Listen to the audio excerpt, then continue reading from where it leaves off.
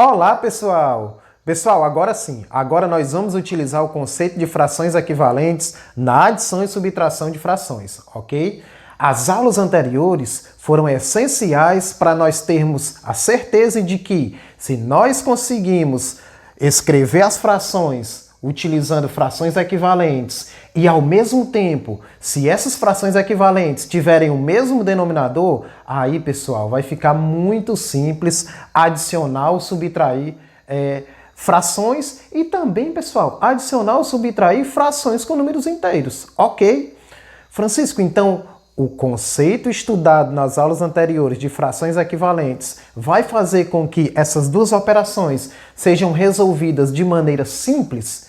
Com certeza, pessoal. Olha só, para a gente não perder tempo, vamos ao que interessa. Olha só, eu coloquei um enunciado simples também, né? Um comando simples. Ó. Qual é o resultado das operações? Coloquei uma adição e coloquei uma subtração. E coloquei, não por um acaso, essas duas. Mais à frente vai ter outro detalhe que vai fazer com que você utilize tudo isso que a gente vai ver nessa aula e observe um detalhe importante também, tá certo? Mas mais para o final eu volto nisso, ok? E eu falo desse detalhe importante. Olha só, 1/2 mais 1/3. O que é que nós vamos fazer? Eu costumo brincar em sala de aula dizendo o seguinte, quando eu encontro uma operaçãozinha dessa. Antes de resolver, é claro que eu já tenho falado das frações equivalentes para o pessoal. Então, eu até brinco com eles dizendo o seguinte. Se eu tivesse uma fração equivalente a 1/2 aqui, e se eu tivesse uma fração equivalente a 1/3 aqui. Claro que a gente tem inúmeras frações equivalentes a 1/2 e a 1/3. Eu poderia somar essas frações equivalentes. Só que eu só iria ganhar tempo e eu só iria encontrar facilidade se elas tiverem o mesmo denominador. Vocês concordam?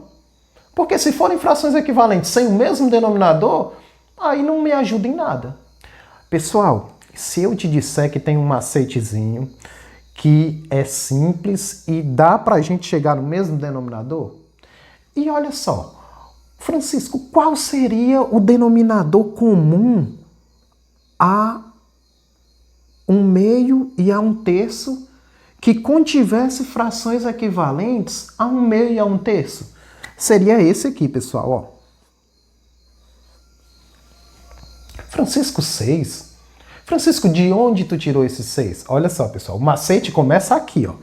Tu vai olhar para os dois denominadores que tu já tem nas frações do exercício. E olha só, 2 vezes 3, 6. Ou seja, a fração equivalente que eu quero para 1/2 vai ter denominador 6. A fração equivalente a 1/3 que eu vou querer também vai ter denominador 6. Ok? Francisco, então o macete inicia com a multiplicação dos denominadores? Isso mesmo. Ok? Esse é o primeiro passo. Francisco, os numeradores. Olha só que interessante, pessoal. Ó. Eu vou fazer só isso. Ó. 1 vezes 3, ó. 3. Francisco, realmente dá certo, porque 1/2 é equivalente a 3/6. Justamente, pessoal. Dá até pra gente brincar da seguinte forma, se a gente quiser. Ó. 1 vezes 3, 3. 2 vezes 3, 6. A escrita 3 sobre 6, ela pode ser encarada como uma multiplicação do 1 vezes 3 e 2 vezes 3. Ó. Ok? Francisco, já sei o que é que eu vou fazer para complementar. Se tu multiplicou 1 vezes 3 para encontrar o numerador da fração equivalente a 1/2 de denominador 6, Francisco, só está faltando tu fazer isso aqui. Tu multiplicar 2 vezes 1, que vai dar 2. Esse 2 vai ser o denominador da fração... Desculpa, vai ser o numerador da fração com denominador 6. E esse 2/6, Francisco, realmente ele é equivalente... Esse 2/6 é uma fração equivalente a 1/3. A gente pode até encontrar, se você quiser, pensar da seguinte forma, você pode pensar, olha só. 1 vezes 2, 2. 3 vezes 2, 6. Você pode encontrar frações equivalentes fazendo essas operações, com o numerador e o denominador sendo multiplicado pelo mesmo número, ok? O que interessa é que a gente tem uma fração que é 3/6, que é equivalente a 1/2, e tem uma fração que é 2/6, que é equivalente a 1/3. Então, frações equivalentes. A gente não mudou, a gente não alterou a conta. A gente só alterou a forma de escrever a conta.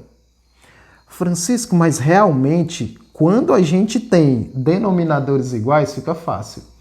Tu tem 3 partes de 6 e tu vai somar com 2 partes de 6. Então, tu vai ficar com 5 partes de 6. Isso mesmo. Isso mesmo. Simples assim. Dá até pra gente já lembrar de algo que sempre é dito. Quando eu tenho adição ou subtração de frações com o mesmo denominador, eu repito o denominador e eu somo dos numeradores. Isso é uma consequência. Mas o principal é você pensar assim, realmente 3/6 mais 2/6, 5/6. Tranquilo? Foi simples? Foi muito simples. Francisco, e 5/6? Aquela velha pergunta. Dá pra gente simplificar? Não, não dá pra simplificar. É a tal da fração irredutível, que é resultado dessa continha aí, tá certo? Francisco, eu vou fazer o mesmo procedimento no item B? Sim. Aí no final eu vou falar a respeito de um detalhe do denominador que eu vou encontrar lá e vou fazer um paralelo com o denominador que eu encontrei aqui, que foi 6, ok? Vamos para o macete novamente, lembrando que serve para adição e para subtração, ok? A única coisa que vai diferenciar é que ao invés de somar, você vai subtrair, ok? Só vai ser isso. Olha só, qual foi o primeiro passo? Multiplicar os denominadores. Tu concorda comigo? Eu fiz só multiplicar os denominadores. 2 vezes 10, 20. Ó. Então, olha só, aquela brincadeira. Ó. Se eu tivesse uma fração equivalente a 1/2... E se eu tivesse uma fração equivalente a 1/10, eu poderia subtrair. E eu vou ter. Se os denominadores fossem iguais. E vão ser. Vão ser resultado de quem? De 2 vezes 10. Esse é o início do macete. Ó. 2 vezes 10, 20. Ó. Vai ser o denominador da fração equivalente a 1/2. E também vai ser o denominador da fração equivalente a 1/10. Ok? Francisco, essa primeira parte tá show. O resto também, Francisco, é simples. E eu concordo com você que é simples. Ó. 1 vezes 10 dá 10, ó. E 2 vezes 1 dá 2. Francisco, realmente, cara, ó, se eu pegar esse 1/2 e multiplicar 1 vezes 10 e 2 vezes 10, ó. 1 vezes 10 dá 10, 2 vezes 10 dá 20. E se eu pegar 1/10 lá, multiplicar por 2, ó, o numerador e o denominador, 1 vezes 2, 2. 10 vezes 2, 20. Ok? Então são realmente frações equivalentes. Beleza? Francisco, agora, cara, eu vou repetir o denominador, porque eu tenho 10 sobre 20 e vou tirar 2 sobre 20. 10 tirando 2, 8. Pessoal, qual é o detalhe? É que aqui, agora o paralelo que eu citei dos resultados. Aqui, realmente, o denominador vai ser o menor múltiplo comum entre os antigos denominadores. Aí você não precisa simplificar. Agora lá o 20 não é o MMC, não é o menor múltiplo comum entre o 2 e 10. Francisco, mas isso não vai alterar em nada. Tu nem apelou para o método do MMC? Realmente. A única coisa que você vai ter que observar é o seguinte. Dá para tu simplificar lá? Claro que dá. Tu simplifica e pronto. Tu simplifica e pronto. Porque numa questão objetiva, não iria ter em nenhum dos itens a escrita 8 sobre 20.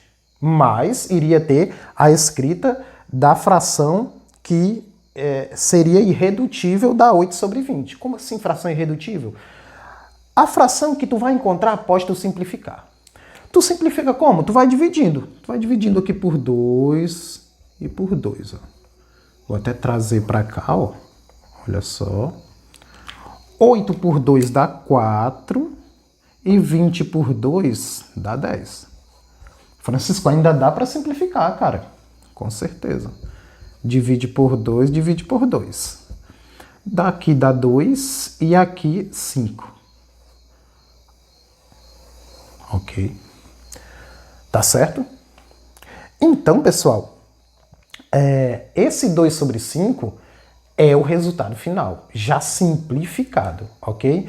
Então, quando esse primeiro valor aqui for um número aqui que dá para tu simplificar junto com o numerador, tu vai fundo, tu simplifica, ok? Eu acho que foi simples, eu acho que você vai ganhar tempo. A explicação ficou passou um pouquinho do ponto porque eu estou explicando com calma. Agora, você fazendo uma questão e utilizando esse macetezinho, esse método aqui, vai ser rápido demais, tá bom? Pessoal, agradeço demais a colaboração de vocês, os comentários que eu estou recebendo, mas eu quero pedir para que vocês continuem apoiando o canal, ok? Eu queria pedir para que vocês deixassem o like, comentassem e continuem visualizando as aulas do canal. Isso é importante demais para a gente. Abraço e a gente volta com as operações. Vamos dar continuidade às operações com frações, beleza?